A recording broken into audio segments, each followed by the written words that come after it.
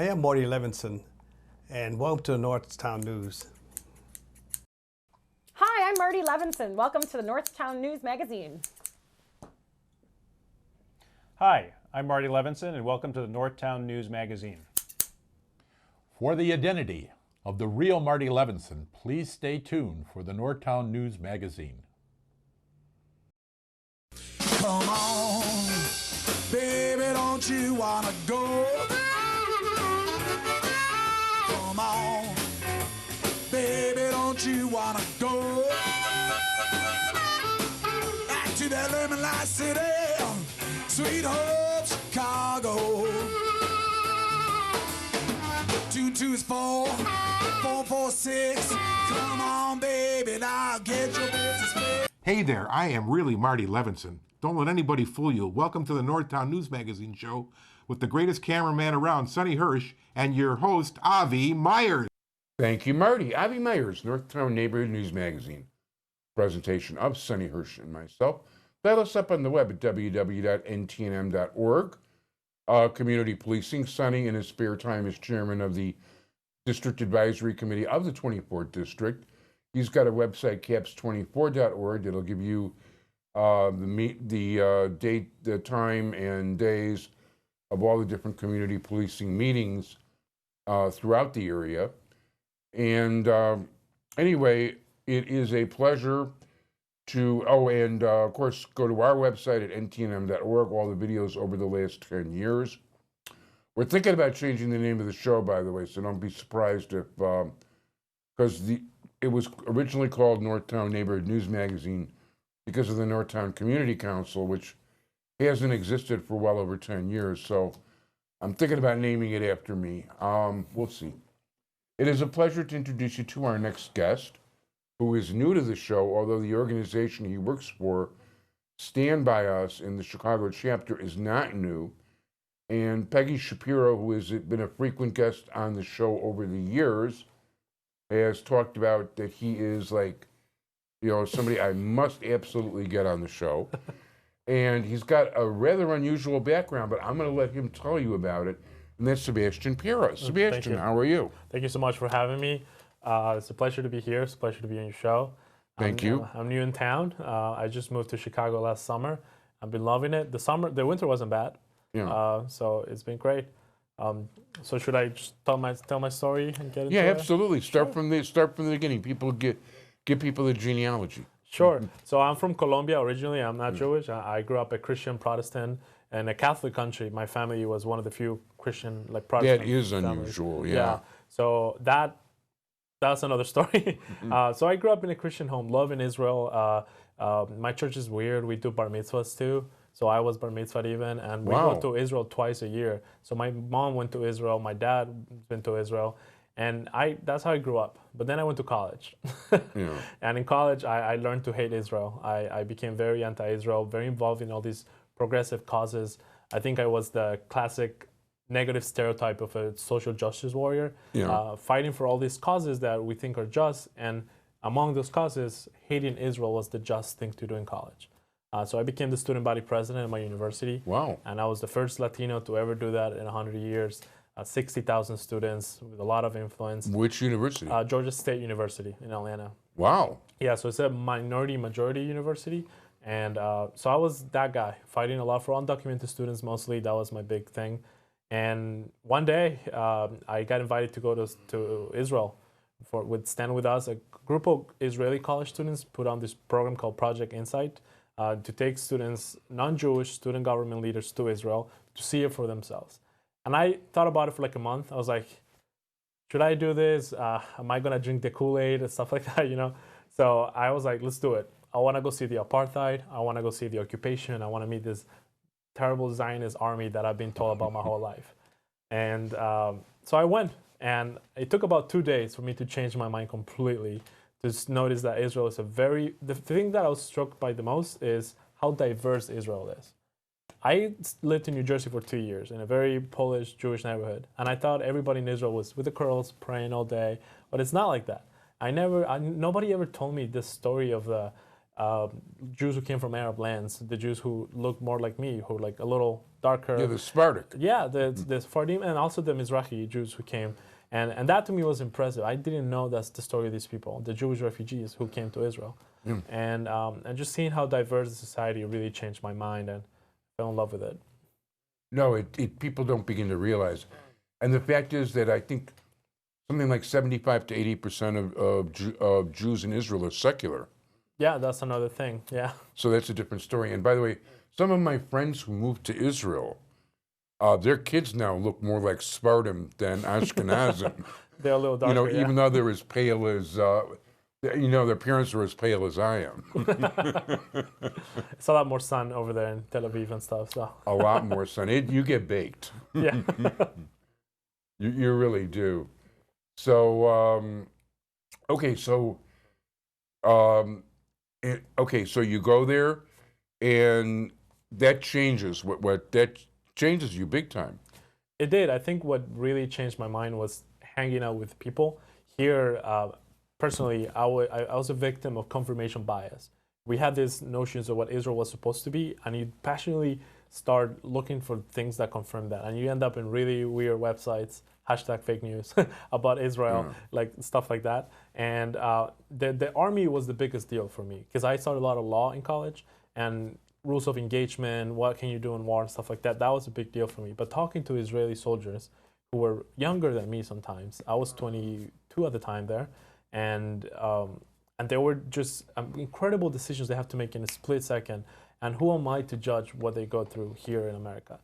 So that really changed my life, talking to Israeli soldiers, talking to the idea of who I can say, because I witnessed it, is the most moral army in the world. And just talking to them really changed my life, my notions about the Israeli army. No, I agree with that. I mean, I didn't have my. I've only been in Israel once, by the way, and I actually went as a reporter. But like I had already gotten rid of my old prejudices at that point in time. Were you there during wartime, or? So I was actually there a couple of days before Begin and Sadat signed the peace agreement on Mount Sinai. Big deal. And I was supposed to be there at the foot of Mount Sinai, covering that signing, and my bleepity bleep boss, who shall go nameless because he's not alive anymore, pulled me out of there a couple days early. He would not renew my. I forgot how exactly that worked, but he pulled me out of there 2 days before I really wanted to see that. But I mean, I did have a chance to interview people like Ariel Sharon and Geula Cohn and President Navon. As a matter of fact, it's funny because everybody's got a picture of President Navon with their arm around them, smiling. And I asked him some tough questions. I had some problems with him. And I got a picture of him with inflamed nostrils, pointing at me and yelling his head off at me. You made him angry. Were you guys talking in Hebrew, speaking Hebrew? Or No, okay, no, okay. It was in English. I actually can speak Hebrew. I did go to Jewish day schools. It's an Ashkenazic Hebrew. Right. The Spartan in Israel do not want to hear it. If I started talking to a cab driver and I would say things in an Ashkenazic accent, they go, "We can all talk English." I don't want to hear that stuff. So, but no, you're right. There's a morality to the people. And you know what? There's a tolerance too, because we actually went into Hebron, and at the time, the first Jewish family, the Levingers, occupied the Hadassah Hospital, which was still Jewish property. And we were there. There were about 25 or 30 of us reporters who were there with about 40 or 50 armed Israeli soldiers. And every house we'd pass by, we were being shot. We were getting death threats. Oh. I mean, the Arab populace was saying, "We don't want you here. If you stay around, you're going to die." And house after house after house after house. And it was just so unanimous against Jewish people that's when I started to take stock of you know, a lot of what was going on over there, to tell you the truth. Yeah, when you go there and you see what people go through in the ground, it's what really changed your life. For example, I grew up in Colombia. My parents came here and we got political asylum. We fled the violence in Colombia 10 years ago. And that really marked my life, seeing terrorism. You know, in Colombia, we have the communist terrorist organization, FARC. Right. And I saw terrorism in my own town. And I had to go to checkpoints a lot because the military, our own military, put checkpoints for us. And I was an 8-year-old little boy being searched by my own army every time we passed from town to town. So that really, so then you read the stories about the West Bank and stuff, and that enraged me. Like, how dare you? How you have checkpoints on the Palestinian people, and you know. But then you go there and you see why we have checkpoints, why we have the security barrier, and we talked to people. We went to Sderot to see the rockets, to feel a rocket put in your hand, and see that. That just gave me flashbacks to my country, to see that the Israeli people and my people share a lot of that sad reality of being victims of terrorism, and that really started to change my mind about that, and seeing how Israel does so much to save civilian lives, to save lives in Gaza, dropping, you know, we know the pamphlets, Drop calling leaflets, texting, warning people, you know, to evacuate. And that's a story you don't hear on campus. You just see a picture of a little kid who was injured or something, and then Israelis are terrorists, and that's what you don't see on campus. But what's important is to find people who are willing to have those conversations. I wanted to be on the right side of history, and that's why I hated Israel. And then I went there and I saw it, and I'm very happy, very thankful with God and with Stand With Us for allowing me to see that, see the real Israel. Now, you haven't just made a. By the way, you have. I'm very impressed with this. But you know what? Then from there you go to. How did you come to work for Stand By Us? Stand With Us. Stand With Us. Yeah. I'm sorry. So I came back for campus, and that's when the real friction started, because all my progressive friends who were all these social causes, they were waiting for me to come like a hero who went to the mouth of hell and came back to tell the story, right? And I told them, and I was like, guys, you have no idea how awesome Israel is, how safe it is, how amazing it is. And they were like, oh, this guy, he bought it, like he drank the Kool-Aid or whatever. So unfortunately, there was a campaign against me. I was student body president, and they started some group of students started an open letter to, calling that, saying that I was racist, that I hated Muslims, or that I supported genocide, all these horrible things. And they started a lot of people in the community and on campus to this. And I was scared because I knew it was right. I knew Israel was not an apartheid state, but I didn't know how to say it. And a lot of people feel that way. But then Stand With Us came, they trained me, they gave me the fact sheets, they reinforced what I saw with actual historical education that I can prove my points. And thank God I overcame it. I didn't get impeached or anything like that. I graduated, and I decided to dedicate some time after college to work with Stand With Us. So right after graduation last summer, I started working for Stand With Us. I'm now the Midwest director in Chicago. We work with universities in the Midwest, fighting BDS, and now using my story to tell minority students to not let themselves be tricked by these people who hijack our movements, our causes that are just and that are real. We have real problems, but they want to hijack our movements to promote their hatred agenda, to divest from Israel, to boycott Israel, and to delegitimize Israel, which is anti-Semitism in the end. And that's what I try to work with minorities to see what they're doing to our movements. Like, as you know, that happens often. Yeah, unfortunately, all too often. So basically, you do a lot of traveling. You do a lot of speaking. I do. We work everywhere in the Midwest, and we have the way we work. We have student fellows on universities who are trained by us. We take them to Los Angeles. We train them, and they do events on campus. We provide them with the resources, and we bring speakers as well. And a lot of what we do is fighting BDS, fighting the boycott, divestment, sanction movement. We're very involved in the University of Michigan last fall, and right now at the University of Illinois. So we just support students, try to give them materials, research, try to help them out so they can, because their students are the ones taking the fight. They're the ones fighting on campus. We are the support system. If they want, we can support them, and that's what we do. Yeah, when I was in college, there was always, a pro-Arab and a pro-Israel side, but much tamer than today. Today has gotten some of the things that have happened at DePaul, for example, I've heard stories. Yeah, no, I haven't been there, but you know, I've heard about them firsthand from people. It's pretty scary stuff. But the good thing that our community should understand is that campus students come in and they graduate within 4 or 5 years, right? So it changes. In DePaul, I know there was a very, very aggressive anti-Israel movement. I think some of those people have graduated and now it's a little better. And that's our opportunity for us to be proud. And something that I struggle with as a non-Jewish person is I have no problems in being proud and saying I'm a Zionist and I support Israel. Yeah. But I've noticed a lot of fear and like kind of uneasiness about that in some places where students feel scared. Like the situation has gotten so bad, especially sometimes in some campuses in Chicago, students are afraid to say they're Zionists, to be proud of their Judaism, to be proud that they're Jewish, or to go to Israel to talk about Israel. So I think that's sad, and that's what we work for people to be proud of who they are. That's what we work for.